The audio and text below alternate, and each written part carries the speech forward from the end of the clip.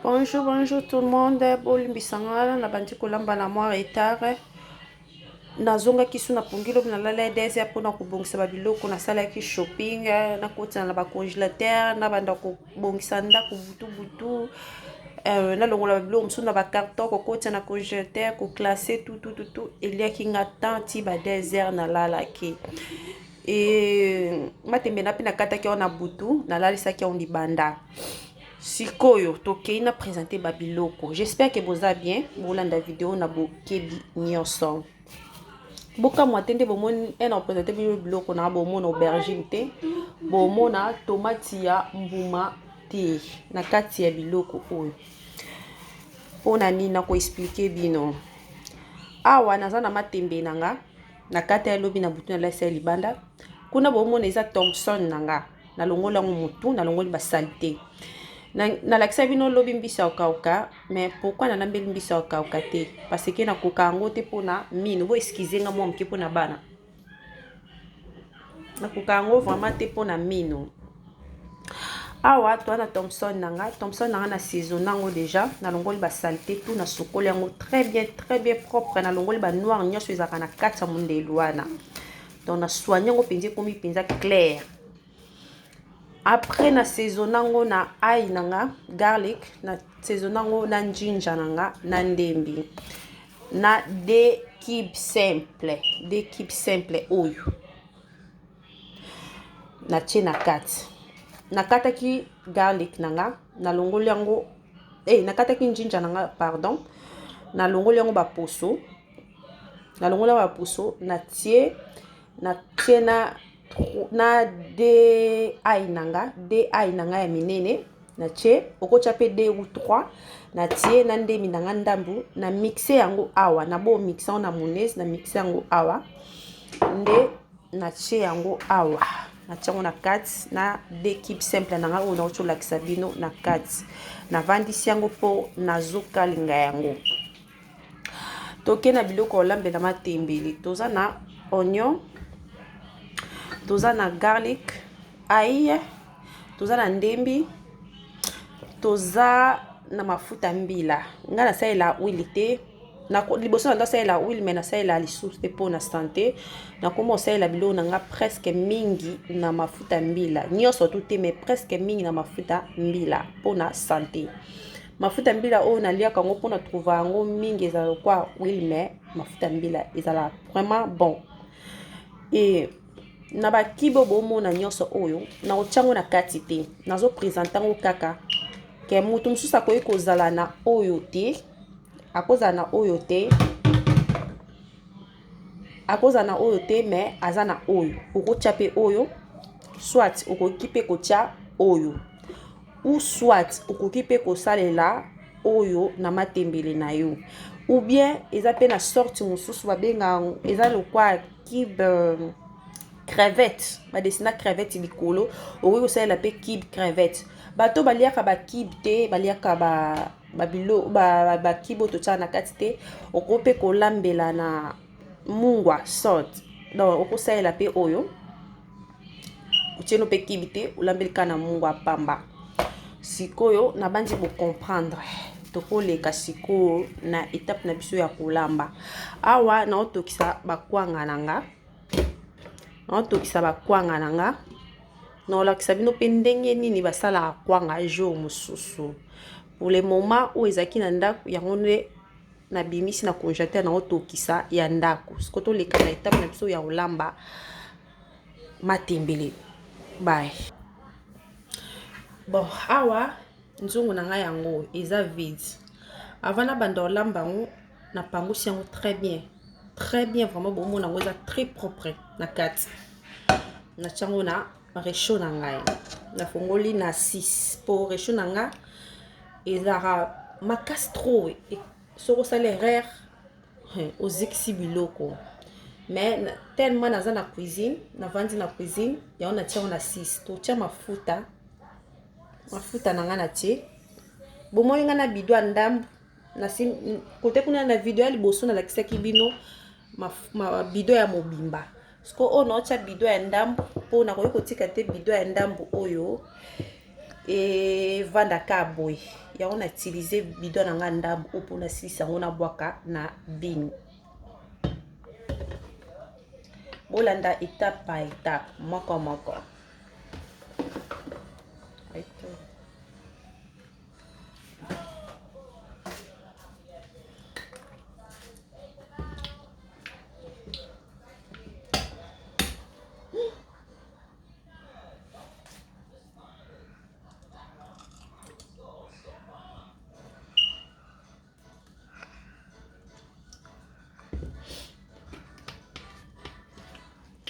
Natie mafuta mbila nanga.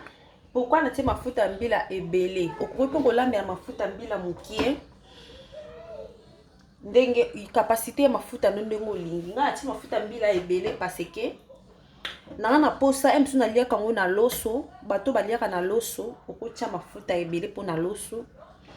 Donc e dépendre ndenga na lingaka. Oya mona lia ngo na loso, ya mona lia ngo na kwanga.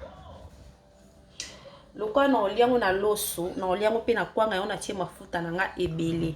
Mais moto aza na problème à santé, akoki ko tiango ebele te. Ako tia pe ka mukie, c'est bon. Bon, a mafuta nanga échauffé. Na otia matungulu first. Na tia matungulu nanga. Na tia matungulu nanga.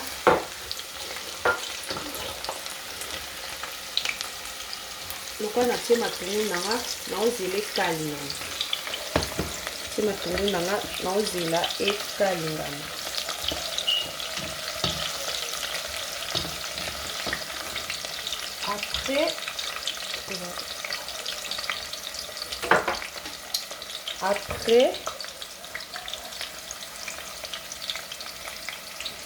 Après awa sorry awa na tie matende nanga bo excusez-moi moi mpo na olandela mouvement ya mwana.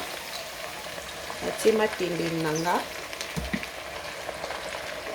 So bo remarquer na tie matungulu nyonso te na tie moi quantité po epesa moi solo non na mafuta.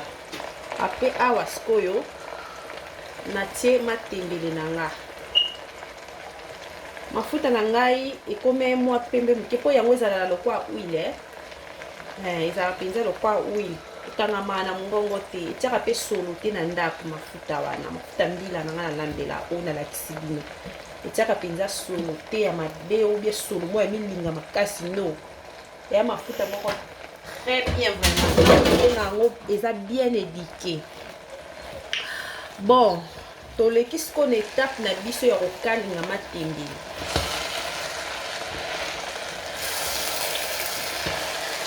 Omoni nasimbi nzungu. Nasimbi nzungu nanga. Nasimbi nzungu nanga.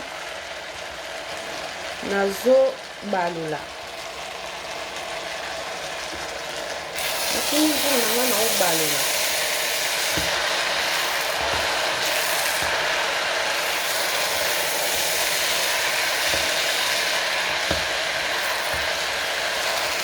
Balula penza matindile elemba. Donc elemba vraiment na mafuta kaka. Okotia mai te po yango moko ebotaka mai.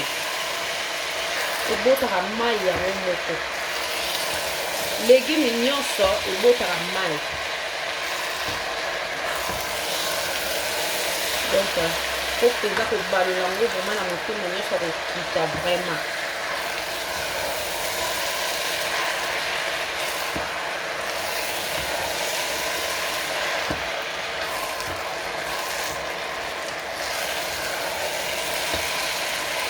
Momete menanga ezokenda kolemba ezokonda yango moko ezokonda na nzungu natie Thomson te nanu natie kibu moko te oyo eza kaka litungulu na matembele nanga ezokalingama vraiment ti penza ekokita penza elembi.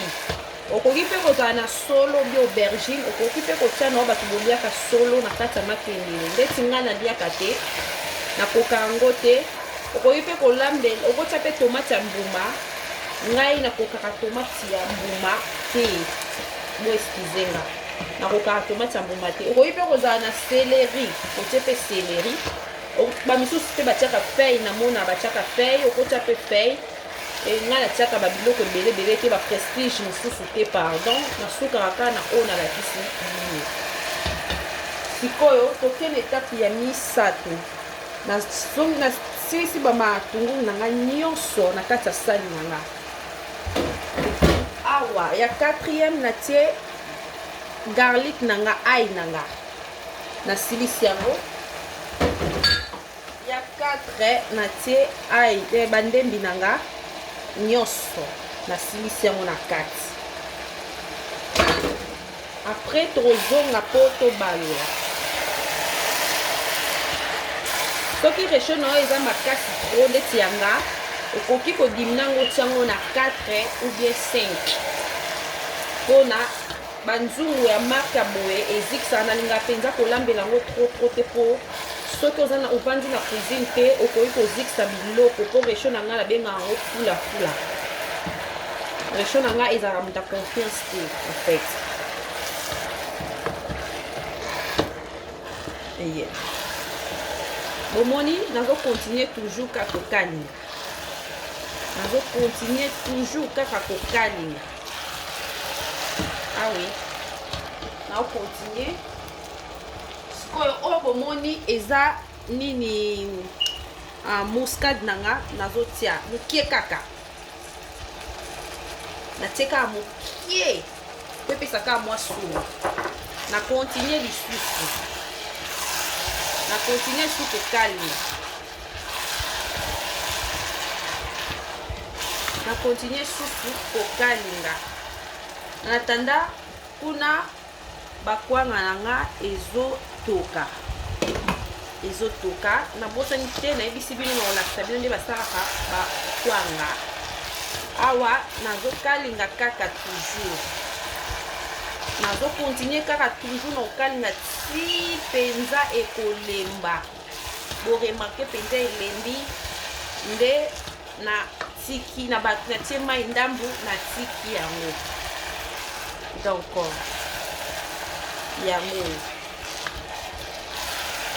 yango oyo tozokontinue kaka bomona matembele na ngai ndenge ezalaki ndenge ezokenda kokita nyonso na nzungu ezokita vraiment ya kosakana te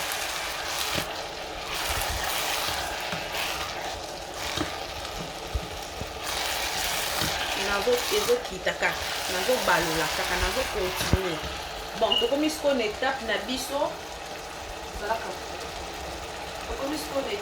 biso ya kotia gu na nga oyo nalingi nga natie na nga gu beni me mingi nasalela oyo ya plastique wana nalakisi bino natie gu beni na nga mpo naomeka mungwa natie gu beni poso nasilisi naomeka mungwa so ekoki te nabakisi mungwa na nga salt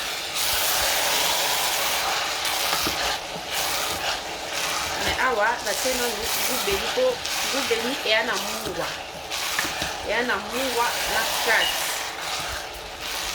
donc soki ekoki te nakobakisa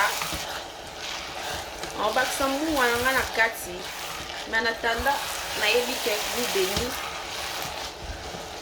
eza na mungwa oyo ngai natie nanu nayebi nanu te bamisusu balingaka mpenza mungwa te atieka mokie eyokani vraiment te mpona sante bamisusu mpe balingaka neti ngai nalingaka mpenza mungwa eleka te ezanga pe te mbe ezala normal nde mpona lie so kaka biloko eza na mungwa te en tout cas waw na olia te en plus mpe so biloko eleki mungwa na olia te donc nazalaka un peu compliqué donc naocontinue mais naomeka ça va naoki mungwa na nga c'est bon naoki mungwa na nga c'est bon mungwa na nga c'est bon mungwa na nga vraiment c'est bon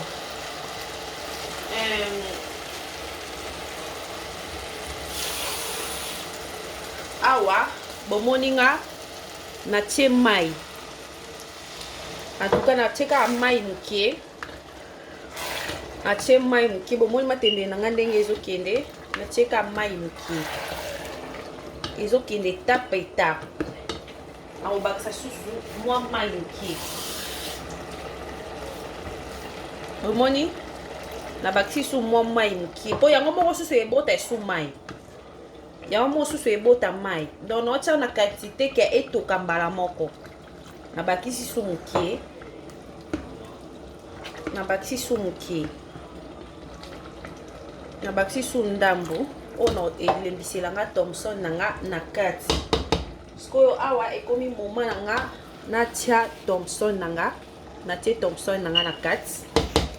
Natie Thomson nanga lokola mungwa wana ezaki normalement ona ndok kalinga.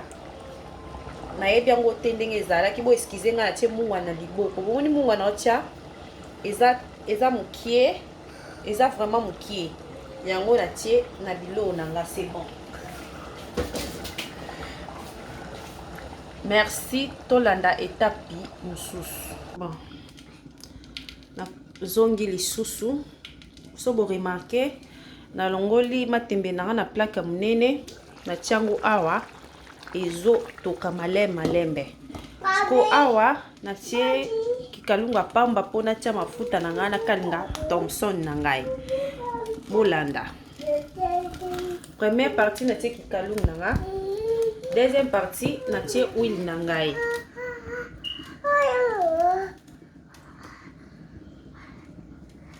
Na tie huile nanga mwa mingi po ekangama na se ya kikalungu te. Na tie huile nanga mwa mingi po ekangama te.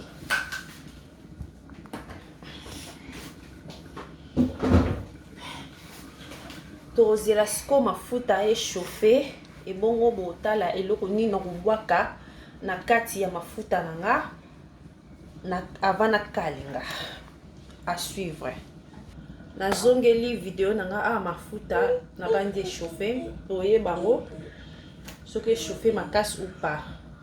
Avant okalinga Thomson na yo il faut kotia matungulu epesa solo. On est pour kotia matungulu epesa solo. Soki eziki nde sikoyo okotia matungulu na yo na soki eziki nde otie Thomson na yo. Donc faut pesa solo na kati. Donc faut pesa solo.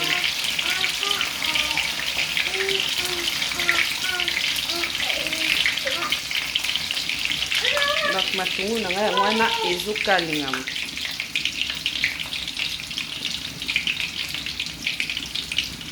Ezokalingama. Ah pe matembe nanga ezotoka nango malembe. Sikoyo komi tanga natia ba Thomson nanga.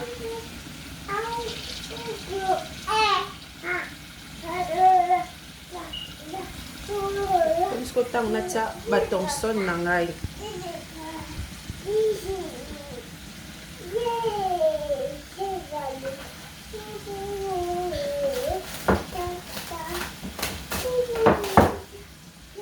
Tanga natia Thomson nanga.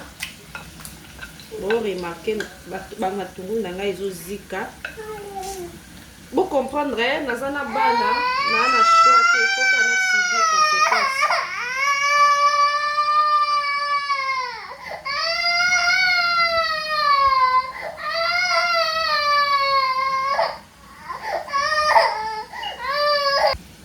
OK. Awa nazotia Thomson nanga na kati.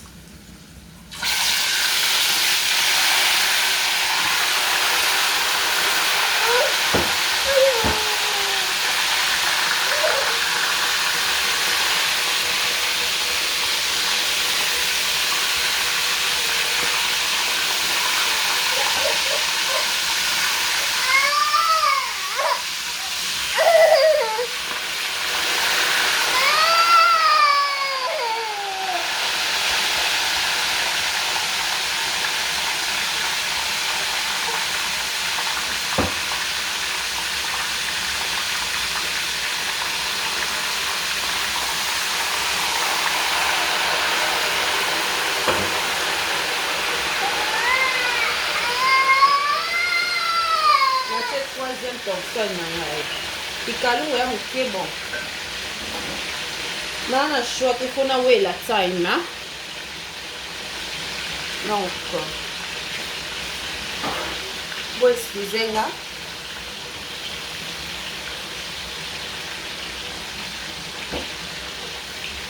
ikalungu ya moke mais nasali quand même effort ekota wana kati ezwanga ntango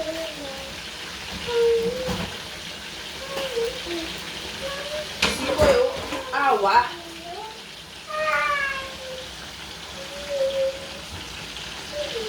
awa sikoyo toye na matembele na biso tozongi na matembele na biso tongi mekomea so totala torsion na biso soki elembi omoi torsion na biso ebimi toujours mobima na kati ya nzungu sikoyo tozopanza yango mpo bato mosusu baliaka mikuwa te oyi kopanza yango mpe na kati ya matembele nga sikoyo naopanza yango mopanzi mpona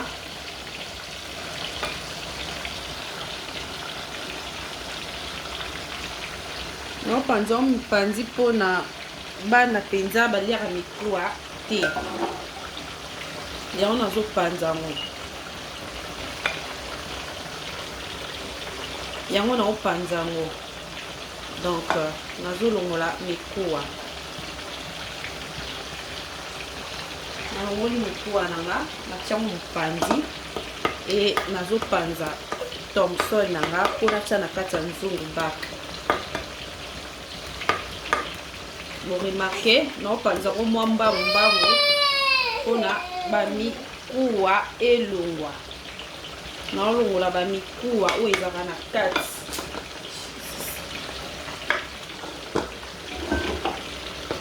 naolongola bamikuwa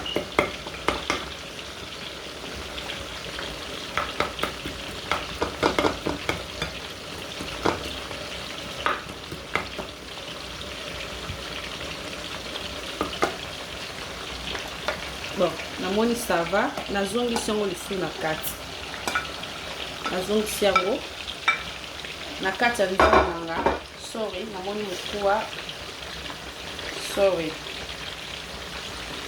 donc nazongisi yango na kati ya nzungu nanga na baloli yango lisusu banzungu ezikisaka po osala attention banzungu ezaka banzungu ya confiance te bomoi matembele nanga ndenge changer couleur veut dire que ebeli mais fona tika ngo ndambo ekalingama lisusu bo remarque ngo eza penza na supu te po euti kotoka na tiako mpe supu ya makasi te tiako penza supu ya malonga te nazomeka mungwa nanga